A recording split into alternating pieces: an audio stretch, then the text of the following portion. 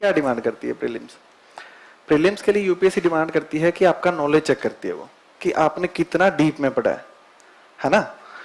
तो जब हम कोई सब्जेक्ट को पढ़ते हैं, जैसे हमने हिस्ट्री उठा लिया, तो हिस्ट्री में 3 पोर्शन होते हैं, एंशिएंट, मिडाइवल और मॉडर्न। तो आप उसमें कितना डीप में पढ़ते हैं, ये नहीं कि आपने फैक्ट कितने रटे हैं, आपने चीजों की समझ कितनी है और उसके साथ में फैक्ट्स, ये 2 चीजें हैं वो यूपीएससी डिमांड करती है प्रीलिम्स के लिए। वैसे अगर पूरे सिलेबस की बात करें ना, तो प्रीलिम्स और मेंस दोनों एक साथ करने चाहिए, क्योंकि ऐसा नहीं है कि प्रीलिम्स को एक अलग पोर्शन है फिर मेंस अपन अलग तैयार कर रहे हैं, ये नहीं होना चाहिए। प्रीलिम्स और मेंस का कंबाइंड तैयार करना चाहिए। जैसे बहुत सारे टॉपिक, इकोनॉमिक्स है, प्रीलिम्स मेंस का सेम है, वैसे ही ज्योग्राफी है, प्रीलिम्स मेंस का सेम है, साइंस तक में बहुत सारे पोर्शन सेम है। तो हमें क्या करना होता है कि हमें सबसे पहले बेसिक चीजें करनी होती है, history, geography, political science, science tech, environment and ecology, prelims में काफी पोर्शन है ना एनवायरमेंट का, तो ये सारी चीजें हमें करनी पड़ती है। तो उसके लिए सबसे पहले हमें करनी पड़ती है स्टैंडर्ड बुक्स। स्टैंडर्ड बुक्स से जैसे सबसे पहले बताते हैं लोग एनसीईआरटी का। मैं पर्सनली बता रहा हूँ, मैंने सिर्फ एनसीईआरटी पढ़ी थी हिस्ट्री के लिए, जैसे पॉलिटिकल साइंस के लिए, ज्योग्राफी के लिए 6 से 12।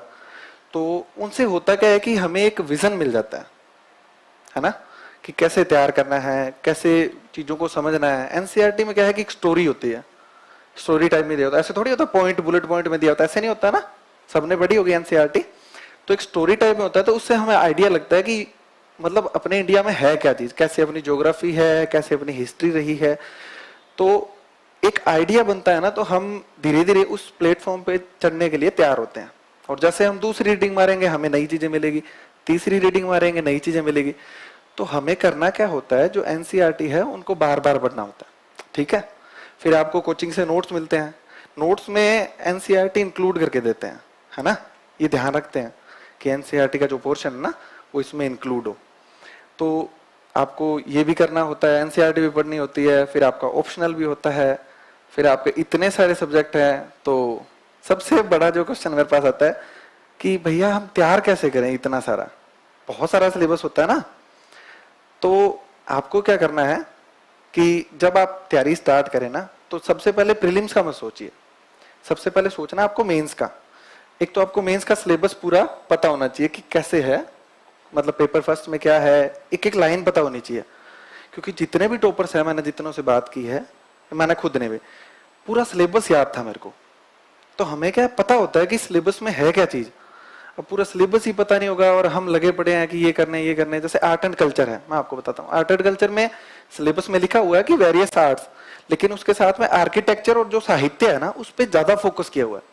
तो ये दोनों जो पिलर है ना वो हमारे बहुत अच्छे से तैयार होने चाहिए, है ना। तो इसके बाद में हम जैसे तैयार करते हैं, अब प्रीलिम्स की लग गए आप, तो प्रीलिम्स में सिर्फ ऑब्जेक्टिव क्वेश्चन को सॉल्व करने पे फोकस नहीं होना चाहिए, क्योंकि प्रीलिम्स का पेपर आ रहा है ना वो ओपिनियन बेस्ड आ रहा है। इस बार का पेपर देखा होगा आपने, इस बार के पेपर में ओपिनियन बेस्ड क्वेश्चन थे। अगर आपको आता है तो आता है। जैसे एक क्वेश्चन था,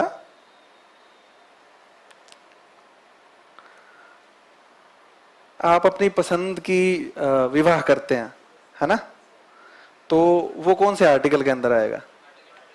हाँ, तो उसमें ये डाउट था लोगों को कि आर्टिकल 19 भी है, क्योंकि अभिव्यक्ति की स्वतंत्रता है, और आर्टिकल 21 है जीवन जीने का अधिकार।